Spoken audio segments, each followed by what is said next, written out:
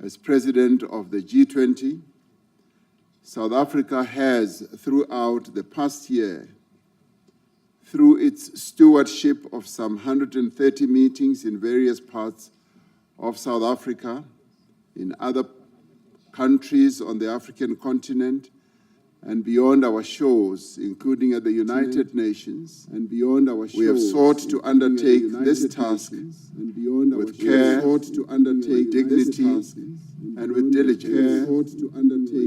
We have sought at all times to preserve the integrity and the stature of the G20, a premier forum of international economic cooperation. From its initial focus on broad macroeconomic issues, the G20 is now engaged on matters such as trade, sustainable development, health, education, science and technology, agriculture, energy, the environment, climate change, and many others.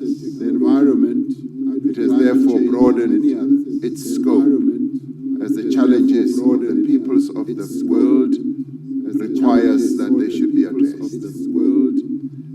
As the G20 countries, we understand that progress on each and all of these issues is a necessary condition for strong, sustainable, balanced, and inclusive growth. In pursuit of and in conformity with the founding mission of the G20, South Africa adopted the theme of solidarity, equality, and sustainability for its presidency in 2025. Through solidarity, we can create an inclusive future that advances the interests of people around the world who are at the greatest risk of being left behind. This is important in an interconnected world where the challenge faced by one nation affects all other nations. By promoting equality, we strive to ensure fair treatment and equal opportunity for the individuals and nations of the world. The disparities in wealth and development within and between nations is not only unjust and unsustainable, it is also one of the greatest impediments to sustainable development. It is essential that we break down divisions of economic status, of gender, of race, and geography. Sustainability involves meeting the needs of the present without compromising the ability of future generations to meet their own needs. As a founding member of the G20, South Africa has sought to ensure that the development priorities of the Global South and the African continent find expression firmly and permanently on the agenda of the G20. This is important not only for the people of Africa and the Global South. It is vital for global stability and security, alleviating resource pressures, managing population movements, and reducing the risk of conflict. We seek stability because it attracts investment. It improves planning and reduces the risk of global economic shocks. And we prioritize inclusive and vibrant markets because they are able to drive innovation and efficiency. Thriving economies lift people out of poverty. They encourage greater investment and trade, and they generate the revenue needed to invest in public goods. The threats facing humanity today, from escalating geopolitical tensions, global warming, pandemics, energy and food insecurity, to inequality, unemployment, extreme poverty to inequality and armed conflict jeopardize our collective future. It is therefore essential that we make greater and faster progress towards the achievement of the United Nations Sustainable Development Goals by 2030. We welcome the Seville Commitment adopted in June this year, which sets forth a renewed global framework for financing for development. We must use this framework to catalyze development investments at scale in developing economy countries. We must continue the reform of the international financial architecture, ensuring that institutions are strengthened, and are more inclusive and are equipped to meet the challenges both of the present and the future. At the beginning of our G20 presidency, we identified 4 high-level priorities. Firstly, we focus on action to strengthen disaster resilience and response. While climate-induced natural disasters affect countries around the world, they have a particularly devastating impact on countries that cannot afford the costs of recovery and rebuilding. We have agreed that it is essential for the global community, international finance institutions, development banks, and the private sector to scale up post-disaster construction. Secondly, we agreed that we must take action to ensure debt sustainability for low-income countries. The G20 needs to renew its efforts to advance debt sustainability while at the same time laying emphasis on those countries in the global south that are suffering from debt repayment. Thirdly, we said we should mobilize finance for a just energy transition,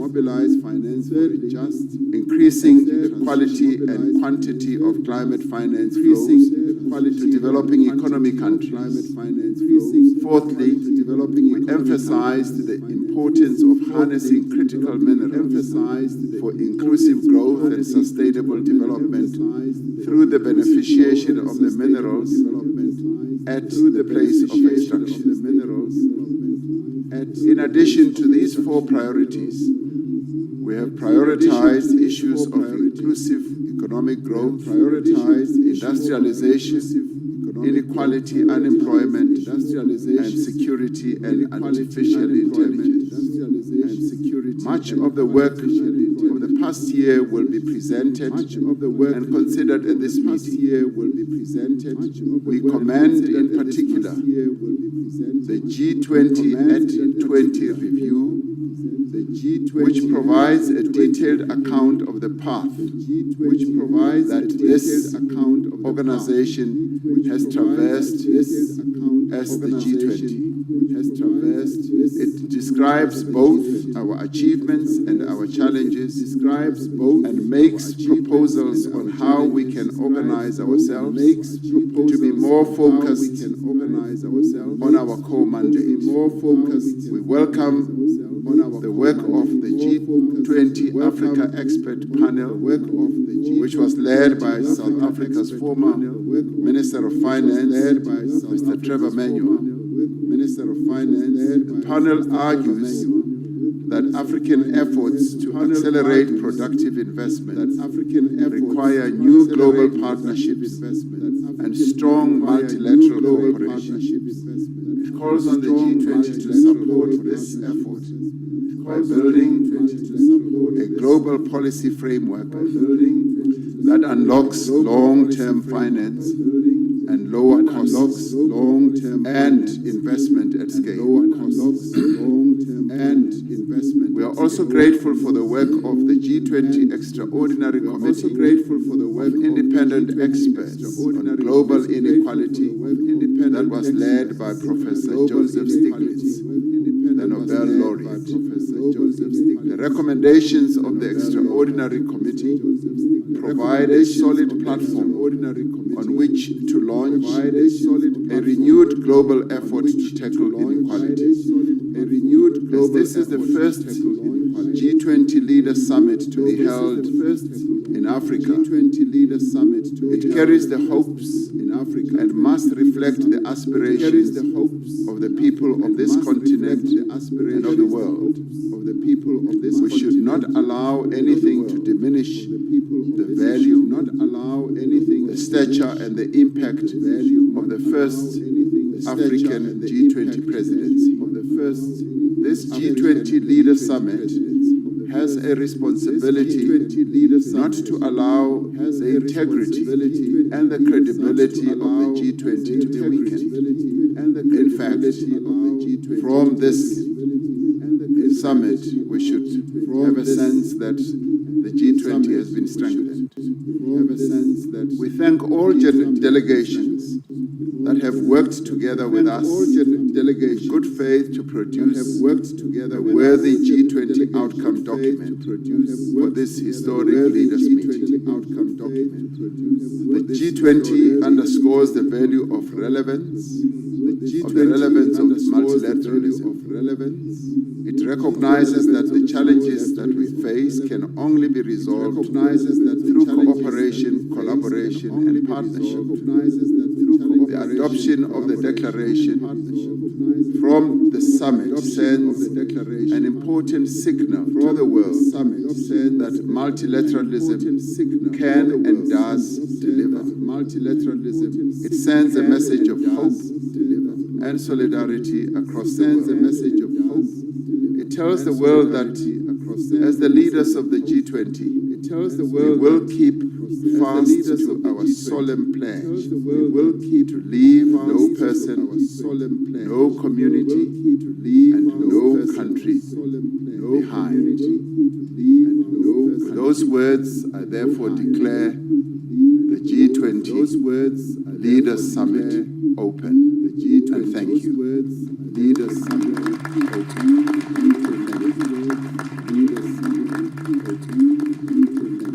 Your Excellencies, please allow me to take you through day one of the program. Session one will focus on inclusive and sustainable economic growth. This session will be followed by presentations of the recommendations of the reports of the Africa Expert Panel and the Extraordinary Committee of Independent Experts on Global Inequality. We will then have a working lunch, and this will be followed by a family photo. And I thank you for your attention and look forward to a fruitful discussion. Now, in discussions with a number of delegations here, there's been overwhelming consensus and agreement that one of the other tasks we should undertake right at the beginning is to execute the task that we have come here for, principally, which is by overwhelming consensus to adopt our declaration. Now, I should precede this by remembering what a Roman philosopher called Pliny, the elder, once said. He said to have said, ex Africa semper aliquid novi, meaning out of Africa there is always something new. Meaning out of something new always something does come out of Africa. Something new always. So with that, we would like therefore. Okay.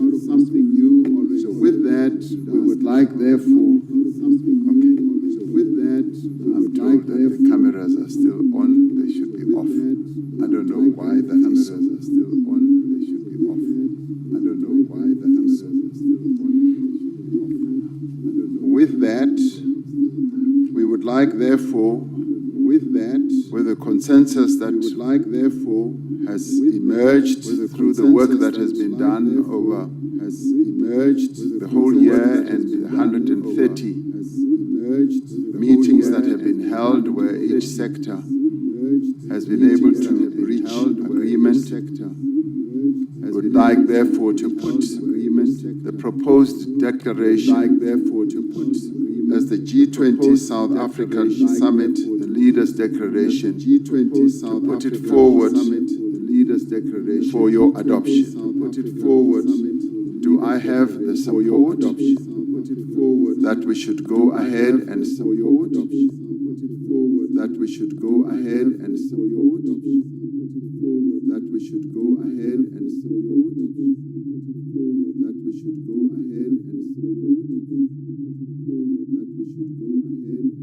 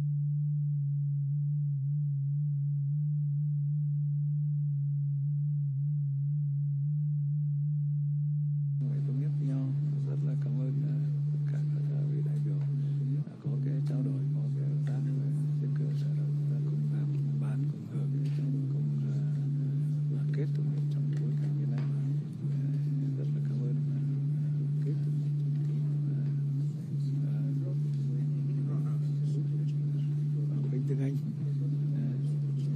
Tiếng Anh vào. Ta nghe được không? Tiếng Anh. Tiếng Anh vào. Ta nghe được không? Tiếng Anh.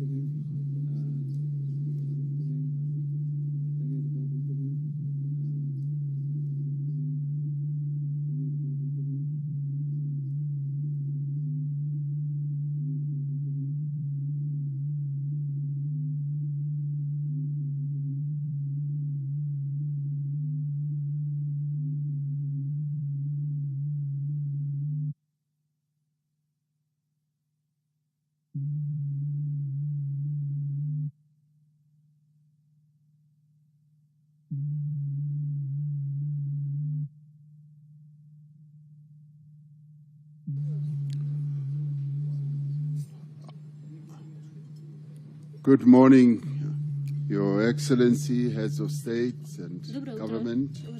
Good morning, your members and invited guests.